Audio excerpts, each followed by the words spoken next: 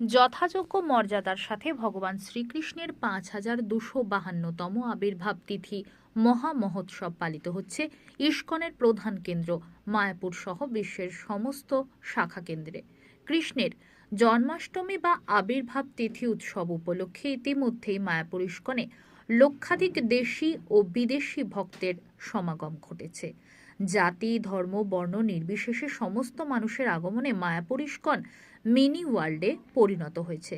শুক্রবার রাতে অধিবাসের মাধ্যমে সূচনা হয়েছে ভগবান শ্রীকৃষ্ণের জন্মাষ্টমী বা আবির্ভাব তিথি উৎসবের শুভ সূচনা।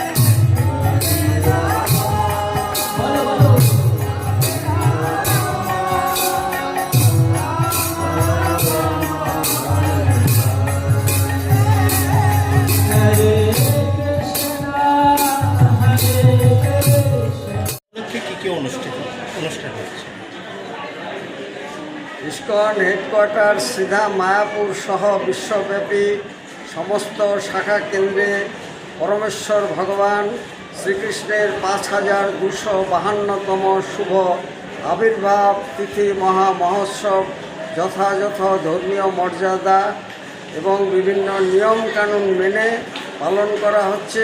সারাদিনব্যাপী অনুষ্ঠান মঙ্গলারতি দিয়ে শুরু, তারপরে মধ্যরাত্রে হবে মহা অভিষেক, পুষ্পাঞ্জলি এবং অনুকল্প প্রসাদ বিতরণ।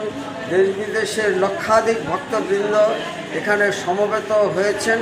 কঠোর করা হয়েছে নিরাপত্তা ব্যবস্থা এবং শ্রীকৃষ্ণ কংসের কারাগারে শঙ্খ, চক্র, গদা, পদ্মধারী রূপে আবির্ভূত হয়েছিলেন এবং তিনি দুষ্টের দমন এবং শিষ্টের পালন করেছিলেন। আজকের এই সংকটময় সময়েও শ্রীকৃষ্ণের কাছে আমাদের প্রার্থনা, তিনি বিশ্ব শান্তি এবং বিশ্ব কল্যাণ প্রদান করুন। রসিক গৌরাঙ্গ দাস, ইস্কন মায়াপুর, জনসংযোগ আধিকারিক, নদিয়া।